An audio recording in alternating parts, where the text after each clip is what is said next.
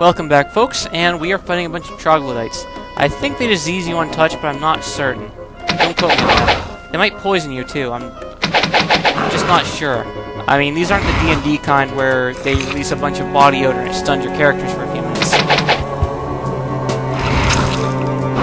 These are... they're attacking something. What in the world are they attacking? Attacking an ooze of some kind. Oh dear. Well, the soldiers don't seem so happy about this. I'm gonna let them deal with the oozes.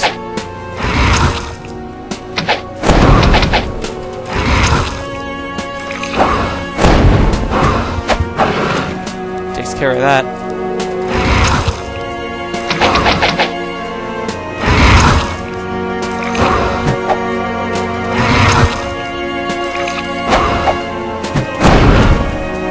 Got him. While they focus on the ooze, I'm gonna loot up their stuff. Ow! But a scratch. Oops. No room. Ow! But a scratch. Oops. That's not the way to disarm traps, Sabrina. Okay, let's get out of here. We're obviously taking way too much punishment.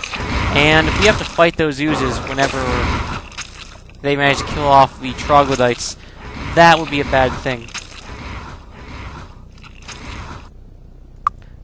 Why is that a bad thing? Well, see, oozes are physically resistant.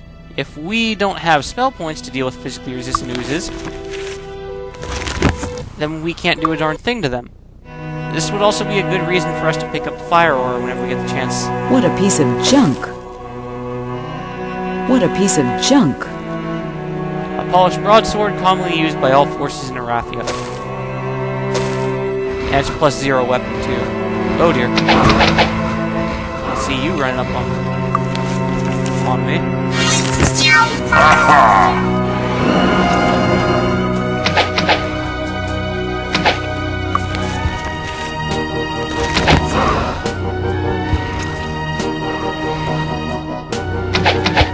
Bring on a bigger challenge.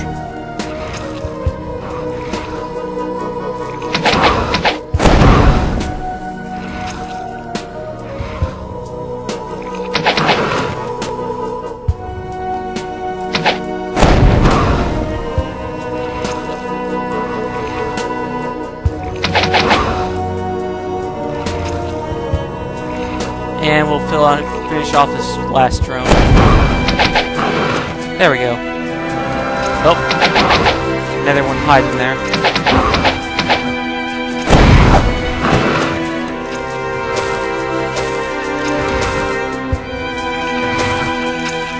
And you can hear the troglodytes fighting that ooze in the background.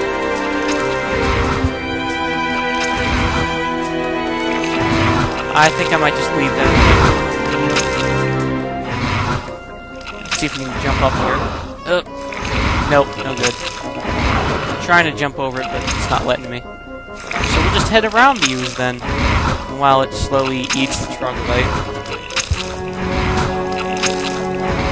In fact, something else you can do is, if you think that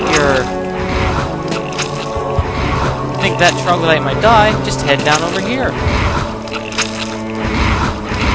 And suddenly he starts attacking the other troglodyte too. Or not the other troglodyte, the other ooze. It's a good way of keeping it occupied. Just find it more drones for it to feed on.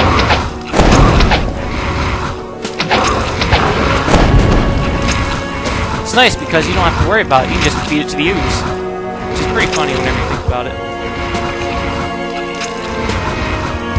And in here is... Ow! But a scratch. Oops. There's no room. There's no space. No room. We gotta find Sorry, no room. something to help out with the trap disarming. She's great at it, it's just traps here are that bad, you know what I mean? Head around these two. Get a room, both of you.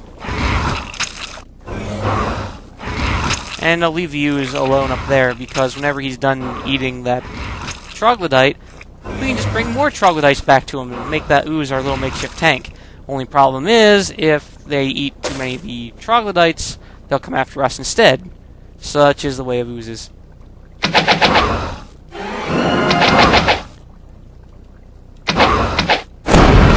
The other downside is, I'm not certain if you gain experience for monsters other monsters kill.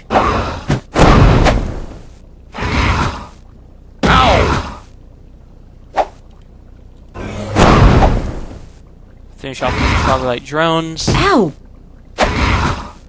Ow!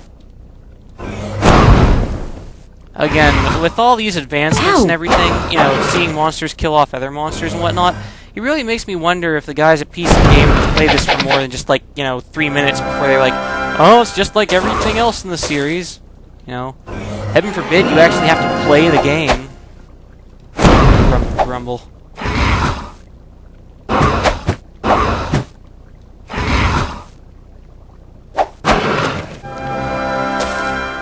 The thing that really cheesed me off around then, too, was, PC Gamer really started complaining about console games and whatnot. They're like, oh, there's no way that PC games are going to be replaced by console games. I'm like, you know what? It's like, you know, it's just like listening to them telling that your grandmother's, you know, I'll teach your grandmother to suck eggs, you know? It's something you already know. You know, I'm not paying you guys, you know, my subscription to hear about you bitch and moan about PC, or about console gaming. I mean, it's like, you know, it's PC Gamer, not PC Gamer with occasional jabs at console gaming as a whole. I mean, I don't know. that's to be pretty valuable. Gold and a topaz. But yeah, that's just something else that irked me about PC Gamer, was how they kept on getting all mad and grouching about the PC gaming. And then it's like, you look at it years later down the line, and they have full, huge, sprawling advertisements in PC Gamer about the Xbox 360. It's, you know what it is, don't you? It's just whoever gives them the most money right then at the moment in time. And that's not bad, but, you know, I'm paying you money to hear about games, not about what you think is going to win the console wars. You know, it's like paying somebody to hear them listen about who would win against who in a fight, Sonic or Mario. It's like, okay, well, this is stupid. Talk about something more intelligent for once, you know. Don't pollute my ears with this retarded crap. Here's some bones, remains of a journal, and a deck. The deck is a Acromage deck. Quest item: a deck of fancifully drawn cards used for a popular card game. And Sorry, can't help. fragments of soldier's diary, remains of a journal. Studies in the game of Arcomage have turned up the following observations. How you choose to win the game should be based on the victory conditions. If the tower starts small, you stand a good chance of destroying your opponent's tower. If the towers or walls start large, you concentrate on your own tower. If the towers or walls start large, you need a huge tower to win. A resource victory might be easily attainable. Also, note that red cards tend to focus on your wall, blue cards focus on your tower, and green cards on your offense. Keep this in mind when choosing whether to emphasize quarries, magic, or zoo. I have noticed a prevailing trend in the thinking of most Arcomage players that can provide an edge of them. If they start to play with blue cards, you can counter that with probably, I don't know, green cards. If you're building up a tower, you should probably bash it down, you know. That's my understanding. If somebody's playing defense, you break their defense some way. Also, for some reason, the oozes are not paying much attention to me.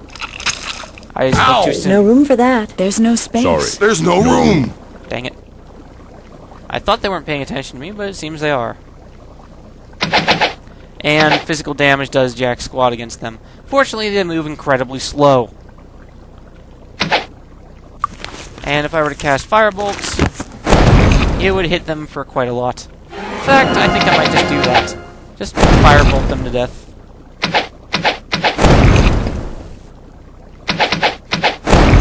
Don't let them get too close either. Just take your movement phase and make a merry step backwards. And they sound like they're crapping their pants when they die, which is an effective sound effect, indeed. And we head down here, and you do pretty much the same thing. It's a little bit better if you have fire aura, because it gives you a chance to be able to use your weapons, your bows, your whatever. Because otherwise you ain't doing much.